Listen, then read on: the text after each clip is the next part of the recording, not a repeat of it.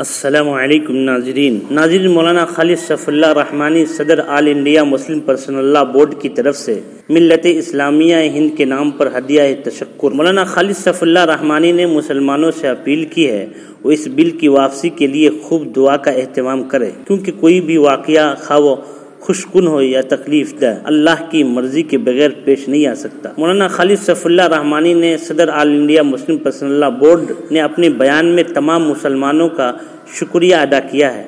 انہوں نے بورڈ کی آواز پر لبیک کہا اور وقف ترمیمی بل کے خلاف جوائنٹ پارلیمانی کمیٹی کو بڑی مقدار میں ای میل روانہ کیے۔ انہوں نے جاری شکر نامہ میں کہا کہ اللہ کرے کہ حکومت جمہوری تقاضوں کو سامنے رکھ کر اس بل کو واپس لے لے اور ایسا قانون بنانے سے گریز کرے جو اقلیت دشمنی پر مبنی ہے۔ انہوں نے مسلمانوں سے اپیل کی ہے کہ وہ اس بل کی واپسی کے لیے خوب دعا کا اہتمام کرے، کیونکہ کوئی بھی واقعہ خواہ وہ خوش کن ہو یا تکلیف دہ اللہ کی مرضی کے بغیر پیش نہیں آ سکتا۔ انہوں نے کہا کہ بورڈ اس بل کو روکنے کے لیے قانون و آئین کے دائرے میں رہتے ہوئے مختلف سطح پر کوشش کر رہا ہے اور وہ حالات کو سامنے رکھ کر احتجاج کی مختلف پرامن صورتوں کے بارے میں فیصلہ کرے گا۔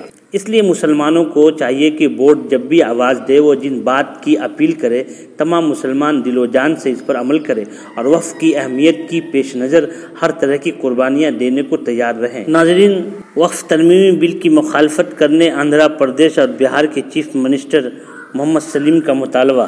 محمد سلیم نے وزیر اعظم نریندر مودی سے مطالبہ کیا ہے کہ وہ وقف جائیدادوں کا تحفظ کرے۔ علاوہ ازیں انہیں وقف بورڈ کی عدالتی اختیارات دینا چاہیے۔ IAS آفیسر کا تقرر کر کے دیگر اختیارات دے کر وقف کی جائیدادوں کا تحفظ کیا جائے۔ RS قائد و سابق صدر نشین وقف بورڈ محمد سلیم نے آندھرا پردیش کے chief minister N Chandra Babu Naidu اور بہار کے چیف منسٹر نتیش کمار سے مطالبہ کیا وہ پارلیمنٹ میں وقف ترمیمی بل 2024 کی مخالفت کریں۔ انہوں نے کہا کہ آندھرا پردیش اور بہار کے مسلمانوں نے انہیں ووٹ دے کر برسر اقتدار لایا ہے۔ ان کی ذمہ داری ہے کہ وہ اسی وقف ترمیمی بل 2024 کے خلاف وزیر اعظم نریندر مودی سے نمائندگی کرے۔ وہ سابق وزیر داخلہ اور رکن قانون ساز کونسل محمد محمود علی، سابق صدر نشین وقف بورڈ محمد وسیع اللہ خان کے ساتھ تلنگانہ بھون میں اخباری نمائندوں کو مخاطب کر رہے تھے۔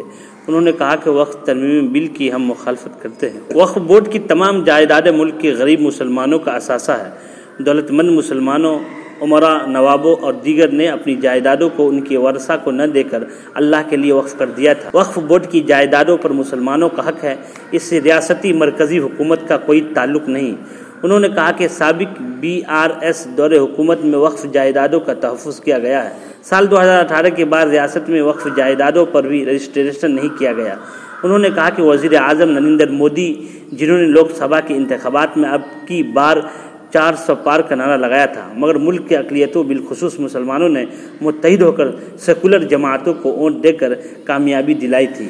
انہوں نے کہا کہ وزیر اعظم نریندر مودی نے ملک کے مسلمانوں کو ہراساں کرنے کے لیے وقف ترمیمی بل 2024 پارلیمنٹ میں پیش کیا۔ انہوں نے کہا کہ BRS اقلیتی قائدین اور پارٹی کی جانب سے جوائنٹ پارلیمنٹ کمیٹی سے اس بل کی مخالفت میں نمائندگی کی گئی تھی۔ انہوں نے وزیر اعظم نریندر مودی سے مطالبہ کیا ہے کہ وقف جائیدادوں کا تحفظ کرے۔